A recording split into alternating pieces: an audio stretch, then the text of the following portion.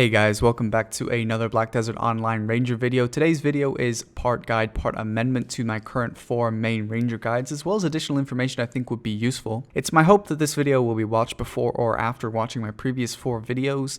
Video guides can be a useful tool in instructing players about various things. However, Pearl Abyss has made updates to the game and made changes. I can't update the videos after I've published them to address those changes, but what I can do is make a new video addressing whatever changes I feel I need to address. So I'll go through what needs correcting, so to speak, as well as touch upon a few things that I think are worth talking about that I didn't before, particularly as NA and EU now have absolute skills, which is a huge update for Ranger in particular, and I expect there may be many new Rangers and also returning players coming back to Ranger looking for help with the class. So let's start with a few important amendments to the previous videos. For newer players, 2 new accessory sets were added, which means you can skip buying anything I previously recommended in Guide 1. The first set is dropped in Calphion at places like Catfish Rudums. It's called the Treant set, and it's a nice early set that you can't upgrade, but it gives a decent stat pool, as well as weight limit if you have the full set piece. After you feel comfortable, you can move to Medaya at level 50 plus, with the Treant set that you farm should give you enough AP as well as an upgraded main hand weapon. You can start farming Asula, which sets the set drops at Helms, Elric's, and Abandoned Iron Mine. This set is very, very good and will carry your character until you can go for like duo or better gold accessories.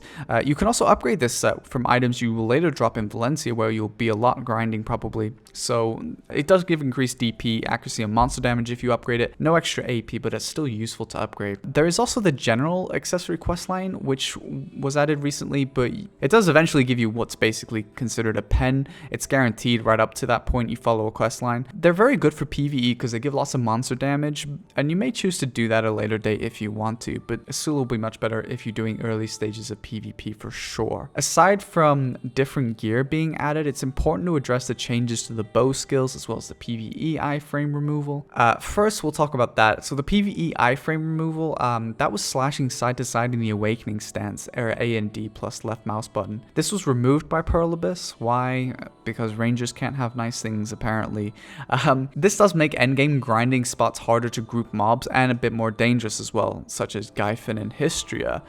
If you're doing early stage stuff, it's not a big deal unless you were using it at world bosses perhaps. You can still use rolling as a Pve iframe, but it's not quite as good as the old one. Unfortunately, this is just what we have to live with. We also don't have a block like most classes, so it can be hard to group mobs, so you just kind of have to roll. Oh well. There were some positive changes made to the bow though. Blasting Gust Cancel no longer, which is commonly referred to Q Cancel by the way, no longer requires camera locking. It also has a super armor every 7 seconds, which can be held if you just press Q and don't release the skill. The cooldown also drains while using the skill, which means you can refresh the super armor and the knockdown while you're using the skill. So yes, now it can knock down. But previously when you use Q Cancel, the knockdown effect from Blasting Gust itself doesn't actually apply. However, it was updated now that it does apply, which is a huge change. It means you can knock people down while chasing them with Q Cancel. So that's super fun. Previously you'd have to use like Pinpoint or Tearing Arrow with a cancel on Blasting Gust to actually knock someone down. So now you don't have to do that. The shotgun was also given a frontal guard every 4 seconds or 3 seconds for the absolute version. This gives the bow more protection than it had before, which can also be incredibly useful. So there's actually, you know, sort of if you do an immediate Blasting Gust and then shotgun, that's basically fully protected, assuming the class you're facing doesn't have a lot of skills that can get through frontal blocks. Mystic. For those of you at level 58 or higher, grinding will now swap primarily from using the Awakening back to pre-Awakening. This is because at level 58 you get absolute Will of the Wind. You will start to basically use your Awakening a little bit still during certain circumstances, but you will just basically not as frequently use it. This is assuming that you can manage the mana of Will of the Wind. It is so mana hungry, so you have to be very careful about that. There are ways you can get your mana back if you use Blasting Gust to restore mana on large packs, for example, but you will really chew, especially as a newer ranger with less stamina mana, you will really chew through those resources with Will of the Wind, so you can still use your Awakening. If you're purely a PvE player and you're avoiding PvP until a certain level or gear maybe, then I recommend using 2 extraction crystals in your bow. So what these will do is basically basically give you mana back per hit, and so when you have 2 of them, it's 2 mana back per hit. And because obviously skills have lots of hits, this means that you get a lot of mana back, and it'll sort of supplement that issue with mana being drained so quickly on Will of the Wind. I'd also recommend using, skill add-ons for MP on hit for certain skills as well. That'll help as well. At level 60, you get absolute extreme charging wind, so that's shotgun. You don't need charging wind absolute, but you do need extreme charging wind. There is a slight difference between the 2 of them in wording, but a very big difference in what they do. So shotgun is really, really, really good now at level 60 when you get the absolute version. It was always pretty decent, and it was buffed a little bit, but now it's way better than it was before, basically turning Ranger into the glass cannon as it was actually supposed to be. So you're still going to be quite vulnerable because the bow changes, although they were improved in terms of a little bit of protection, is still not enough to really spam without fear of any repercussions. So this is also important for PvE because shotgun is so powerful. You can basically wipe mobs that are like sort of the trash mobs, like things like in Valencia, your Bashams, Gahas, Fogans, Nagas, those sorts of mobs. Basically, I mean, for me, they get 1 hit. I don't know how effective they'll be for lower AP, but even if you 2 hit them, 3 hit them, it'll still be worth using over Will of the Wind or even your Awakening. It's important to keep in mind also that shotgun at absolute with absolute evasive shot doesn't cost anything. For some reason, I don't know if it's supposed to be like that, and I don't know if it's going to be like that forever, but for right now, it doesn't cost you any mana or stamina to use it like that, so that's really, really good for Ranger. Another thing that was changed was how the Grunel and Rokaba sets work. Well, this is particularly interesting for Grunel, so this is before you get boss gear. Previously, I'd recommend going full heave or going full heave plus the roaring magical chest, but now, Grunel, before you used to have specific 2 pieces of Grunel that had the set bonus applied to them. However, now you can have any 2 pieces of Grunel and have the 2-piece set, which is what you want. You don't so much need the 4-piece, but you do need 2 pieces for the extra AP that it gives. So now you can be more liberal about using Grunel and 2 pieces of heave, or you could use Grunel and then the roaring chest and 1 piece of heave or something. But I do recommend for your helmet slot that you use heave. This is because it has tons of evasion on it. The other helmets like that are like Fortuna, I think, and Hercules Might. You can use Hercules Might 2-piece for the weight limit if you want. Personally, I'd rather just have the HP though, but it is an option if you want to. So yeah, try to keep the helmet as a heave, but the rest, it doesn't really matter. For skill builds, I put together builds for the most important skills for PvE and PvP by 56, 58, and 60. I've also listed how many skill points these builds cost. I think they're reasonable, but honestly, I have to guess. It's been a long time since I've been these levels, so hopefully you have enough skill points for this. If you don't, there's lots of ways you can grind skill points, but just in general, you'll be grinding lots of skill points while you're killing things like Daggers and Fogans anyway later, so hopefully you'll have enough. If you don't, it gives you something to work towards at the end of the day, so it's kind of nice actually in that sense. You got more motivation to get out there. So there are more skills you can obtain other than these ones I've listed once you do get more skill points. This isn't like the end all be all, it's just the most important ones. So some examples of these supplemental skills are more like Call of the Earth. It gives an accuracy buff, so you can pop that quickly. Cold Blade also has ranged accuracy buff on it if you use the skill, as well as an extra sort of CC extension meta skill, but it's mostly, I use it mostly for the actual ranged accuracy for the bow. Descending Current, the absolute version of Descending Current is decent. It's not anything remotely close to Jin Blizzard or anything like that, and it also doesn't give you any protection, but it's a little bit better, and if you want to use it, you can. Tearing Arrow and Penetrating Arrow and Razor Wind.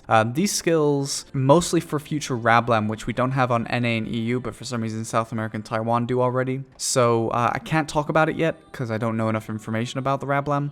I do know that the Rablams aren't like super game-changing, they're just kind of useful. But these skills you might want later. Penetrating Arrow actually has some interesting things you can do with it with Sharp Feather, but I'm not going to get into that on this guide. For skill add-ons, in PvE, mana and HP restoration, as well as monster damage are useful. I have on Waltz of Wind, I have HP restoration, which means I don't need to ever restore my HP. With pots in just killing normal kind of mobs, but for PvP there can be a lot of preference, so it's difficult to just give you this is the best. Everyone has their own sort of opinion. Try not to use skills try to use skills, that frequently activate, as well as don't stack add-ons that step over each other, because they don't stack if you try to put the same buff on too many different skills. So be careful about that as well. So let's talk about Endgame Accessories. So this is basically anything you should be aiming for after a Sula. I'll try to get through this fast. My first recording of this video was 45 minutes long, so yeah, we'll try and do it a little bit faster this time. So most viable accessories are the ones that I'm going to talk about here, but there are a few like occasional ones like such as Manos that are like a little meta that if you wanted to experiment.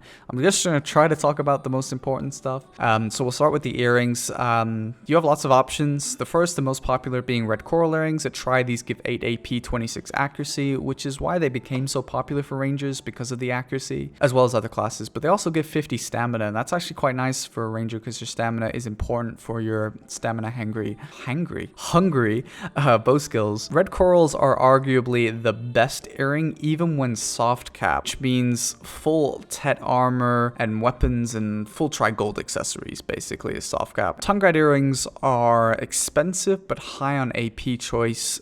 At try, they give 13 AP, 8 accuracy, 5 more than red coral AP wise, but 18 less accuracy. They also give 10% black spirit rage. This is pretty useless for ranger though. Tongue guides are popular when pushing soft cap gear and beyond, and especially because after the AP buff, which added an increased damage percent when hitting certain AP levels, this has sort of skyrocketed their price, and at the time of this video they're 95 million each and usually sold out in the market, so expensive. Narc earrings are an AP DP hybrid earring. The DP on it is DR, which is popular at the moment. For those of you interested in stepping outside the normal sort of cookie cutter builds and adding some extra tankiness, narcs are nice because they sacrifice absolutely no AP compared to the other 3 main AP blue AP earrings, not tongue guides obviously, but their DP, it's extra, so they actually outpace tongue guides in terms of gear score when they're upgraded to a certain level. They also have extra damage to Campbell mobs, which is nice if you like to grind Gaifen or even Manshelms and other places, but because try narc earring gives damage to Campbell mobs, so you'll do extra damage there.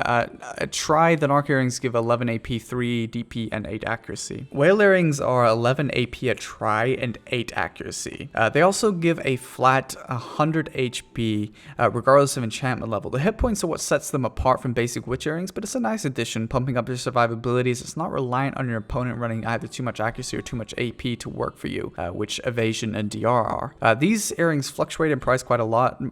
Depends a lot on events, but during a Lorne event their price can get as low as 8 million, making them a shrewd investment during that sort of period. And the same can be said for Calc earrings, which are like whale earrings and witch earrings that give 11 AP, 8 accuracy at try. However, Calcs, they actually give scaling stamina, which is really nice, 110 at try. This is very, very useful for ranger, as our bow, which is more important now with the absolute skills, drains a lot of stamina. So Calcs basically help keep the DPS going for skills like Will of the Wind, and yeah, so their prices can get quite low during events as well. Witch earrings are your final really viable choice. They're your basic 11 AP, 8 accuracy earring at try, no other stats, but they are the cheapest, and also you have to be sort of shrewd about when you buy them because their price can remain, even though they're cheap, their price is a lot higher usually because of the fact that they provide 1.4 sharps or so when you heat them, so people use witch earrings to get the sharp shards to enchant their gear. So if I was going to enchant them, you could be patient and wait till an event, and their prices may drop as much as half. For necklaces, the most common choice at the end game after moving on from a Seraph necklace will be either an Ogre ring or a Leighton. They're the exact same. Or in rare cases, you can see tongue guides. They're the same as the other two, but give 20% black spirit rage. Ogre and Leighton's are exactly the same though. So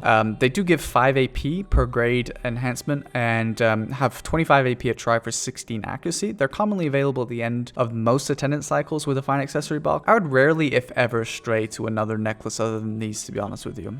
Cecil is the other viable candidate here, other than if you want a specific Manos resistance. Cecil is an evasion hybrid necklace that gives you a respectable 16 AP and 9 DP in the form of evasion, 28 including the hidden evasion, and the normal 16 accuracy. This necklace is exclusively for those looking to stack evasion, otherwise the effect will be far too minor really to notice the difference, and then you lose the 9 AP from the Ogre for really nothing.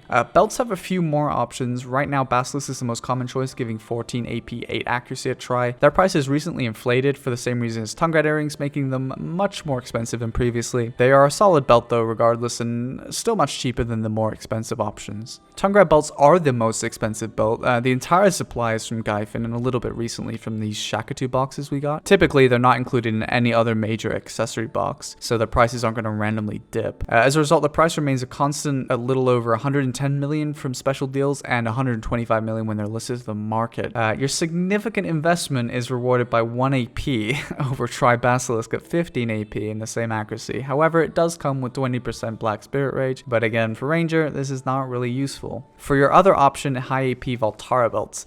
These are interesting because they give the same AP as Basilisk, but they're better by the virtue of the fact that they have scaling HP. They gain 25 HP at Pry and 25 each level. This is actually less than Centaur belts, but for whatever reason, that means that at Try you have 75 HP over Basilisk, but the same 14 AP and 8 accuracy. This is relatively minor considering the cost is still high at this time, but if they do drop and people do more Valtara stuff, then the difference may be worth it. Your final offensive belt is the Tree Spirit belt. At Try, it gives 11 AP and 18 accuracy. This was popular for a long time, but you sacrifice 3 AP at Try for 10 accuracy, and in the AP meta, this isn't as popular, and as a result, the Tree Spirit belts sometimes sit on the market out of bid. They're much cheaper belt though, and they do give good stats, and they may be viable even to make it TET, so not to be completely dismissed. Your final belt option is for those of you stacking Evasion. That's the Centaur belt. In the Evasion meta days, it was as expensive as Basilisk, but these days the prices have been reined in for the time being. They give 14 DP at Try, which is full evasion, and 42 when you include hidden. With a full evasion build, your AP opponents will have a rough time with you, but I will talk about this later as this can be countered relatively easily. Centaur belts also give 100 HP at Try, which is actually a nice bonus. For rings, the options are pretty simple. Crescent is the dominant choice here. As with Basilisk, Crescent gives 14 AP at Try and 8 accuracy.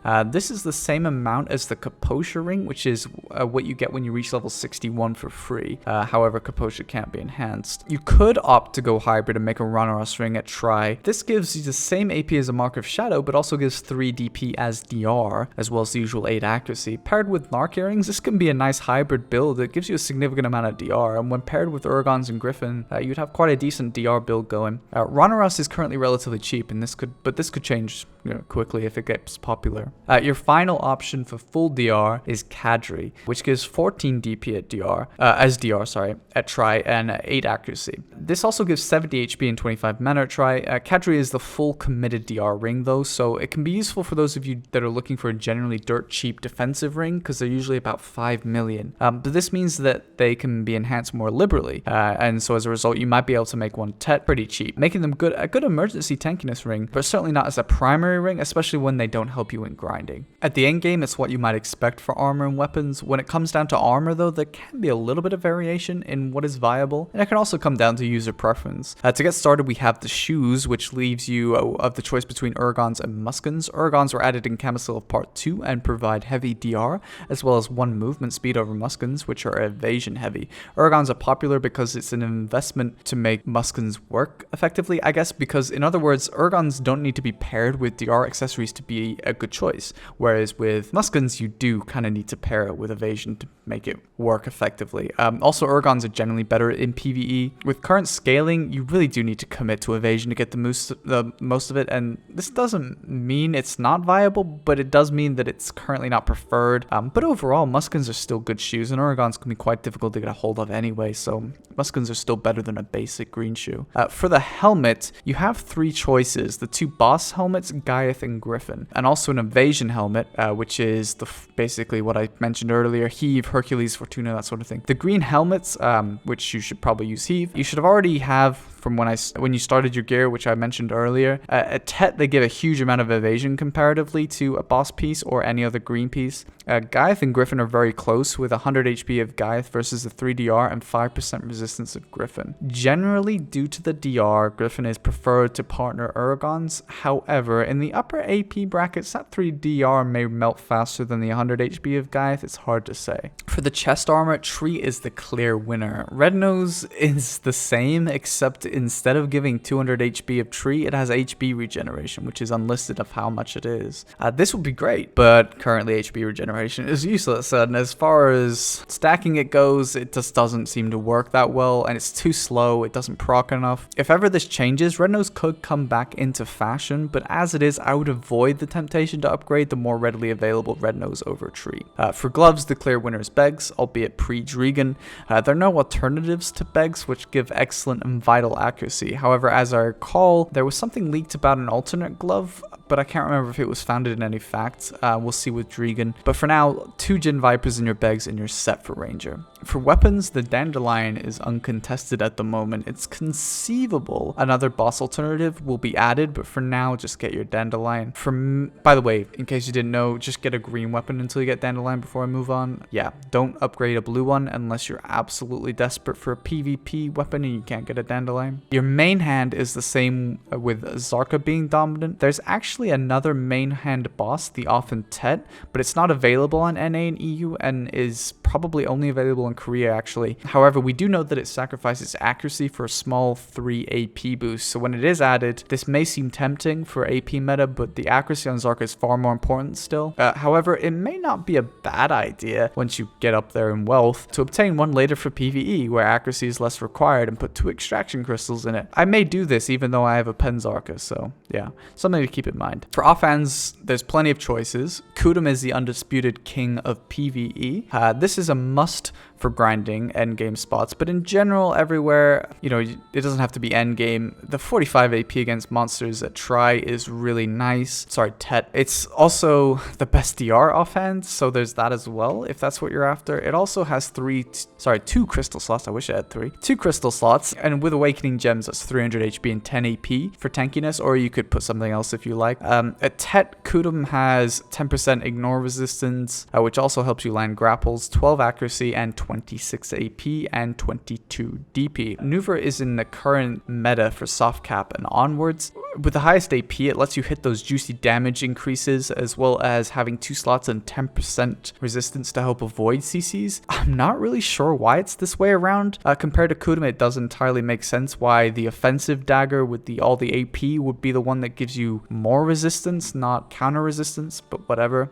Nuver at lower AP thresholds, though, is kind of a waste compared to Steel. Bronze is the accuracy dagger that every ranger needs. Even if you have soft cap and Nuver, you never know when you're going to run into an evasion heavy target, and Bronze will counter that. As although it only has 18 AP at Tet and ultimate in 4 DP, it has a whopping 92 accuracy. It also has 4 monster damage and special attack +1. Steel Dagger is the intro dagger for Ranger, helping you grind before you can get and afford to upgrade a Kudum dagger, but it is much more than a poor man's Nuver. Because of the AP thresholds that give increased damage, Steel actually does more damage than Nuver does at lower AP thresholds because of the special attack damage. It only has 1 slot, but carries 4 AP versus monsters and has 37 AP at Tet and ultimate. For evasion, you have the parrying dagger, but you can also use Rosar, but Rosar doesn't carry as much pure evasion as parrying, and it has a small amount of DR, whereas parrying only has like 1 DR, and it has much less evasion really. Although it does have 2 crystal slots, Rosar, so you could do it for that as well. At Tet, parrying gives 15 AP and 30 DP, but also 87 hidden evasion. It also has 4 AP to monsters and 100 HP, partly making up for the missing slot. Food can depend a lot on your preference, gear, crystal choices. Having 2 Jin Vipers in the gloves can make you struggle to have enough crit, for example. Food buffs and crystals should be tailored to your ranger, helping you reach 5 attack speed, 5 crit, and 5 movement if possible. When it comes down to food, I personally run Magoria. It gives a lot of nice stats, as you can see, but I also run Chamomile for the stamina boost, and that helps me use Will of the Wind and Blasting Gust and things like that longer. My final meal is usually Knight's Combat, which gives overall nice PvP buffs. However, there are also other viable options. King of Jungle Hamburg is popular, and Stubbs will use the Valencia special for the evasion. I'd recommend toying around with it until you get something that you like that fits your build. So that's about it for this video guide. If you're left with further questions, you can always stop by my stream or Discord, which I'll link in the description. If you join the Discord, just make sure you ask for BDO tags so you can actually see the BDO section in the Discord. I also recommend joining the Ranger Discord, which I will also link. Finally, while videos cannot be edited after publishing, documents can, and I recommend checking out, well, his name is now Delta on the Ranger Discord's Google Doc. It's incredibly detailed in its information about Ranger. So that's that. I hope you enjoyed the video, and